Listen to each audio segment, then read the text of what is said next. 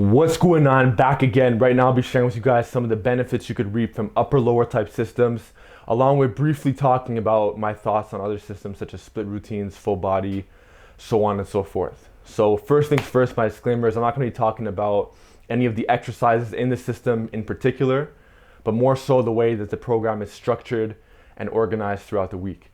And my other disclaimer is that there's more than one way to skin a cat. I think that upper lower systems for many lifters who I'm going to name later on in this video can be very beneficial. But with that being said, there's more than one way to skin a cat. There's lifters worldwide getting results off a lot of split routines, full body routines, push-pull legs, Bulgarian lay, and there's so many different kind of routines out there. But one of the things that a lot of these lifters have in common is intensity and recovery, or good nutrition, or exercise execution. They know how to actually do the lifts. They have good full body awareness.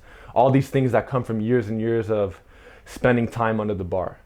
So you could run a split routine and still get great results. It's not always about that, but I personally do believe that having the right system will still give you that edge. Before I get into the upper lower benefits, let's talk a little bit about the different kind of systems out there. Let's start with the split routine. I personally am not a big fan of split routines, and the reason why is because there's just that one time per week frequency per body part, and I feel like especially when you're natural, you'd benefit from having more frequency in your program. So you don't want to hit legs one time per week and then you have to wait another 7 days just to hit legs again.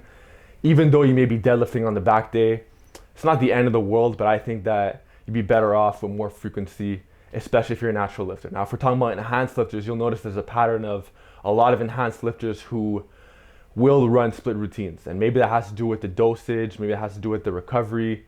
Maybe they could just hammer one body part per week very hard and the protein synthesis is elevated. There's different schools of thought about it, but if we're talking about natural lifters for the most part, I think they benefit from having more frequency. So I think split routines still have their place, but for a certain category of lifters, especially the enhanced lifters, but that's personally just my observation. Now, if we talk about lifters who just want to be in the gym more, they want to have more frequency, but they want to just live in the gym for whatever reason, and they want to run a split routine, I could kind of understand that perspective, but you could also run an upper lower, and I'll talk about that a little bit later in the video. Now, if we're talking about full body routines, these are great as well, but I personally think that once you get strong enough, you'd be a bit smarter and more wise to split your training up a bit more, because eventually, let's say you're pulling in the 500s, even if you're pulling in the 400s, there's a lot of warm-up sets that go into it, and you have to train your whole body. But with that being said, there's also the factor that how much time do you have on your hands, or what's the goal, or how urgent is the goal? And that's what I should have mentioned in the disclaimer section. If somebody only has 3 days per week to train, for whatever reason, maybe they work 60-hour weeks, maybe they have a family to raise, whatever the story is, and they only could dedicate, let's say, 4.5 hours a week in the gym. So an hour and a half sessions each time, and they have to go to the gym and back. It would make sense for that person to run a full body routine as opposed to a split routine or upper lower. It just makes a lot more sense. So you also have to take that into consideration. But as far as full body routines are concerned for a lot of lifters, you'll notice that a lot of novice programs are full body. And the reason why is because novices need to practice the movement patterns more than once or twice a week. I think that 3 might be the sweet spot for a lot of lifters, and they need the recovery.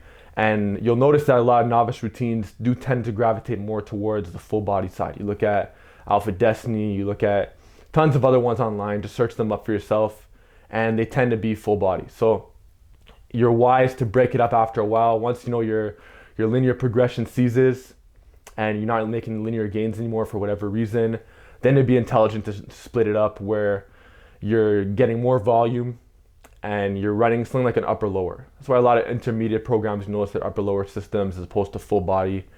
And that's just that. So full body definitely has its place too, especially if you're only training twice a week. There's a lot of lifters who really have limited time, and they'd be very wise to run a full body as well, because they're not going to run a split routine or an upper lower if they only have twice a week in the gym. So then I've seen other variations of programs such as push-pull legs. I've seen it once a week, twice a week, where you have a push day where there's obviously presses, you have a pull day, there's obviously deadlifts, rows, pull-up variations.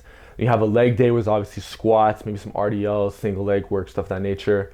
And you're getting that 1 time per week frequency per movement pattern. Then you see other systems where it's push-pull legs twice a week. So you're in the gym 6 times a week running what I just said, times 2, which is very similar to a split routine where you're in the gym 5-6 days a week, except now you have the 2 times per week frequency.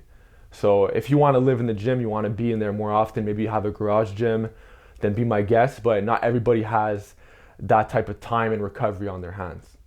Now, if we talk about other systems like Bulgarian Light, this is popularized by guys like Eric Bugenhagen, Dairyland Strength, at least in their older videos. I haven't watched their content from this year or even a couple months, but I know they're running similar systems in the past. But those are good examples of similar type of systems where they'll max out on a certain lift and they'll kind of specialize in it for a couple days or maybe even weeks, and then they'll move on to the next exercise. So those are basically the popular type of systems. Bulgarian Light, not so popular, but split routines, full body, push-pull legs. This is what you see a lot of people running. And obviously upper lower, which I'm going to get to in a second. So let's get into it.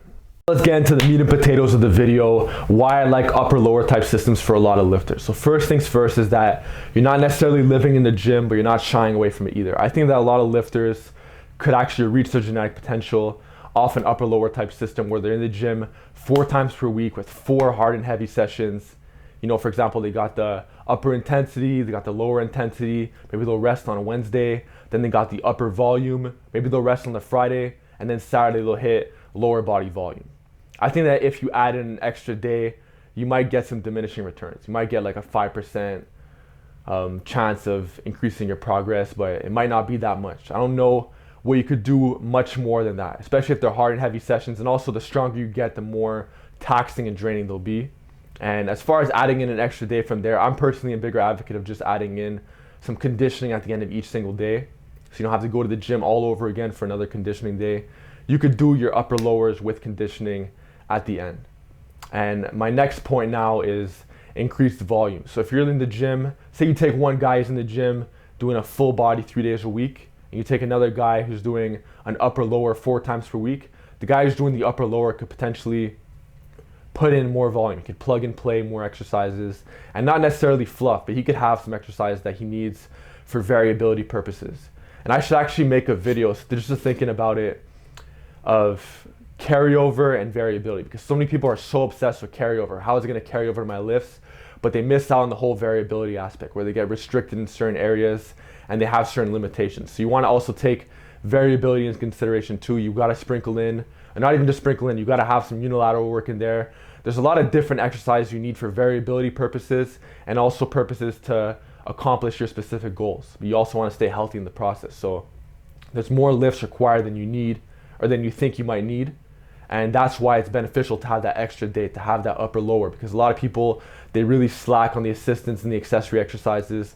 And the fact that you're running upper lower in the gym 4 times per week, this gives you more time to put in more exercises. Whereas when you're doing a full body, it's not that it's rushed, but you are squishing a lot of exercise in one day. And by the time you reach a certain accessory exercise, you may be so tired and pre-exhausted that you're not really going to give it too much effort anyway. The point is a bit random, but it's still worth mentioning nonetheless, because I know some people are going to watch this and say, hey, Phil, upper lowers are cool, but these are more of powerlifting style routines. We don't want to be in the gym doing 2 lower body days per week and 2 upper body days. We're trying to get stacked in the upper body department. And my response to this is that a lower body day is not just lower body exercise where you're going to target your legs. Lower body days are full body exercises. So if you're doing, for example, trap bar deadlifts, you're doing Romanian deadlifts, you're doing single leg RDLs, you have some front squats in there, you have some GHRs.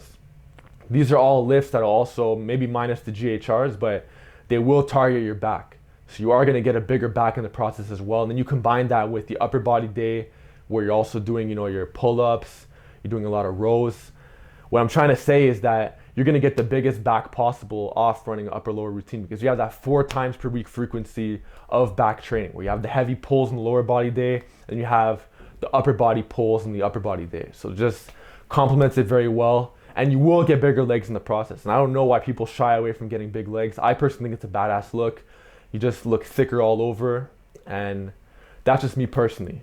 Big legs look better than small legs, and that's just me personally, but it's just very therapeutic as well. That brings me on to my next point. It's that I've personally found, if you guys watch my video where I'm talking about happiness versus fulfillment and 7 ways fitness will enhance your life, I feel very down on myself the days that I don't train. And the fact that I could go from 3 days per week to 4 days per week it's very therapeutic. It makes me feel a lot better. It gives me more energy. And you guys could even tell me in the comment section below, nothing's going to give you more energy than doing a lot of lower body training, doing a lot of deadlifts, doing a lot of squats, Romanian deadlifts, just stuff of that nature. It feels really good. It gives you energy.